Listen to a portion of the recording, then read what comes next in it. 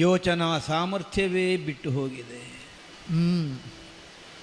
ಏನಸಗಬೇಕು ಅನ್ನುವಂತಹ ವಿವೇಕವೇ ಮಸಳಿಸ್ತಾ ಇದೆ.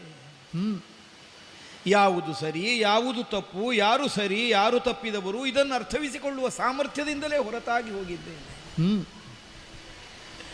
ಗುರುಗಳು ಕೇಳಿದರೆ ವಿಧಿ ಹೇಳ್ತಾರೆ, ದೈವ ಒದಗಿಸಿದ್ದ ನಲ್ಲಗಳೆಯುವುದಕ್ಕೆ ಮಾನವನಾದವ ಸಮರ್ಥನಲ್ಲ ಅಂತ ಸಮಾಧಾನವನ್ನು ಹೇಳುತ್ತಾರೆ. ಮಾರಿ ದೇವತೆಯ ಮುಂಭಾಗದಲ್ಲಿ ತನ್ನನ್ನು ಬಲಿಗೊಡುವಲ್ಲಿ ಒಪ್ಪಿಸಿಕೊಳ್ಳುವುದಕ್ಕೆ ಸಿದ್ಧಳಾದ ಕುರಿಯ ಹಾಗೆ ಕೈಕಾದೇವಿ ತಲೆ ತಗ್ಗಿಸಿ ನಿಂತಿದ್ದಾಳೆ.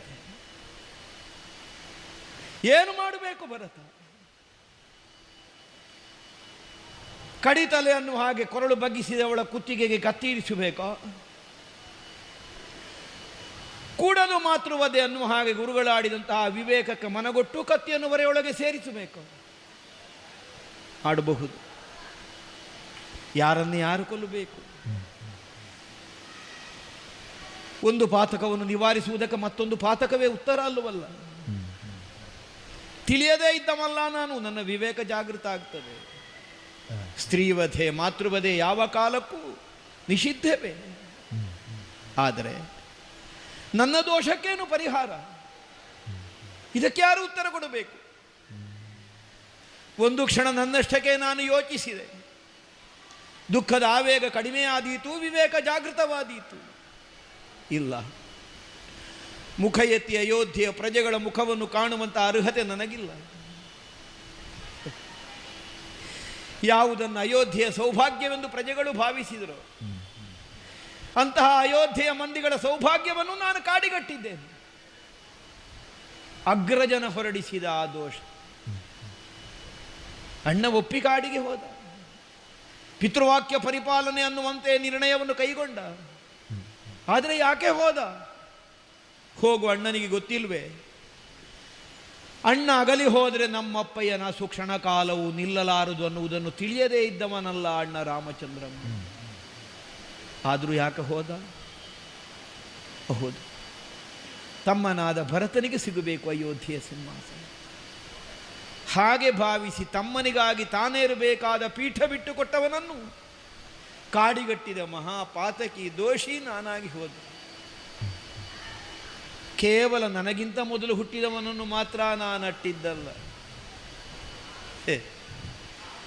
ಯಾರೆಲ್ಲ ಈ ಅಯೋಧ್ಯೆಯಲ್ಲಿ ಅಗ್ರಜರು, ಯಾರು ಈ ಅಯೋಧ್ಯೆಯಲ್ಲಿ ಸೂರ್ಯವಂಶದಲ್ಲಿ ಪೂರ್ವ ಸೂರಿಗಳು, ಯಾರು ಲೋಕೋತ್ತರವಾದಂತಹ ಆದರ್ಶವನ್ನು ತಮ್ಮ ಬದುಕಿನಲ್ಲಿ ಅಳವಡಿಸಿಕೊಂಡು ಅಜರಾಮರರಾದರು,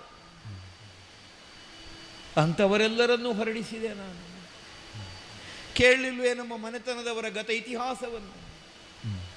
ಯಾವುದೆಲ್ಲ ಲೋಕಾದರ್ಶಪ್ರಾಯವಾದಂತಹ ಚಾರಿತ್ರ್ಯವನ್ನು ತಮ್ಮ ಬದುಕಿನಲ್ಲಿ ಅಳವಡಿಸಿಕೊಂಡವರು.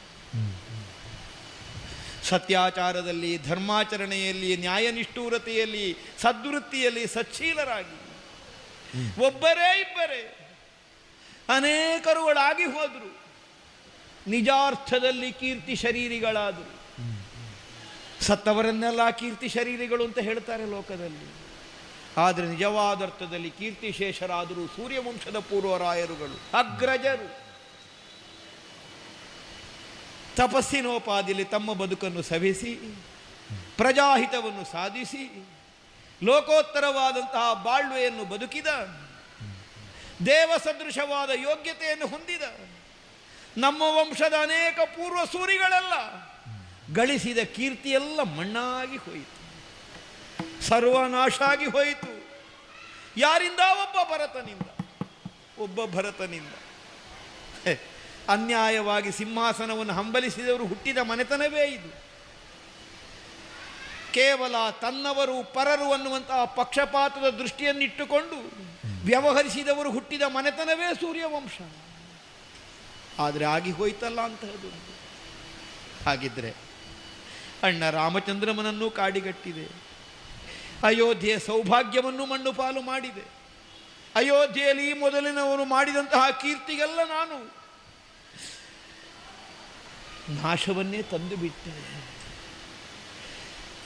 ಹೆತ್ತ ತಾಯಿ ನನಗೆ ತಾಯಿ ಆಗಲಿಲ್ಲ. ಹೆತ್ತ ತಾಯಿಗಿಂತ ಅಧಿಕವಾದ ಪ್ರೀತಿಯನ್ನು ತೋರಿಸಿದಂತಹ ಕೌಸಲ್ಯಗೆ ನಾನು ಸರಿಯಾದ ಮಗ ಆಗಲಿಲ್ಲ. ಅಯ್ಯೋ, ಬದುಕಿನಲ್ಲಿ ಭರತನಿಗೆ ಬಂದಂತಹ ಒಂದು ದುಸ್ಥಿತಿಯೇ ಏನನ್ನಬೇಕು ಇದಕ್ಕೆ. ತಾಯಿ ಅಂತ ಕರೆಯಬಹುದಾದವಳು ತಾಯಿ ಆಗಲಿಲ್ಲ, ಮಗ ಅಂತ ಕರೆದವಳಿಗೆ ನಾನು ಮಗ ಆಗಲಿಲ್ಲ, ಏನನ್ನಬೇಕು ಇದಕ್ಕೆ? ಇದಕ್ಕೆ ಪರಿಹಾರ ಒಂದೇ, ಬದುಕಿದ್ದು ಕ್ಷಣ ಕ್ಷಣವೂ ಲೋಕದ ಮಂದಿಗಳ ಮುಂಭಾಗದಲ್ಲಿ ಬರುವ ಸಾವನ್ನೂ ನನಗೆ ಎದುರಿಸುವುದಕ್ಕೆ ಸಾಮರ್ಥ್ಯ ಇಲ್ಲ. ಒಬ್ಬೊಬ್ಬರ ಕಣ್ಣೋಟವು ಅಣ್ಣ ರಾಮನನ್ನು ಕಾಡಿಗಟ್ಟಿದ್ದನ್ನು ಪ್ರಶ್ನಿಸುವ ನೋಟವಾಗಿ ನಾಳೆಗೆ ಪರಿಣಮಿಸ್ತದೆ. ಒಬ್ಬೊಬ್ಬನ ಮುಖದರ್ಶನವು ಪಿತೃವಧೆಯನ್ನು ಮಾಡಿದಂತಹ ಭರತನನ್ನು ಆಕ್ಷೇಪಿಸುವ ಮುಖವಾಗಿ ನನಗೆ ನಾಳೆಯ ದಿನ ಕಾಣಿಸ್ತದೆ. ಇಲ್ಲ, ಅದನ್ನು ಎದುರಿಸುವ ಸಾಮರ್ಥ್ಯ ನನಗಿಲ್ಲ. ಉಳಿದದ್ದೊಂದೇ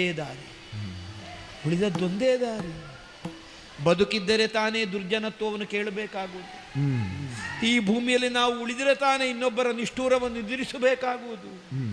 ಸಾವೇ ಸರಿ. ಅಮ್ಮನ ತಲೆ ಕಡಿದರೆ ತಾಯಿಯ ವಧೆಯ ದೋಷ ಬರ್ತದೆ.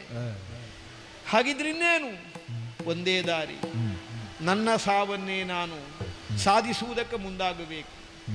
ಅಗ್ನಿ ನಿರ್ಮಾಣವನ್ನು ಮಾಡಿ ಅಗ್ನಿಯನ್ನು ಪ್ರವೇಶಿಸಿ ಸಕಲ ಪಾತಕಗಳಿಂದ ವಿಮುಕ್ತನಾಗುವುದಕ್ಕೆ ಮುಂದಾಗ್ತೇನೆ. ಸಾವುದೇ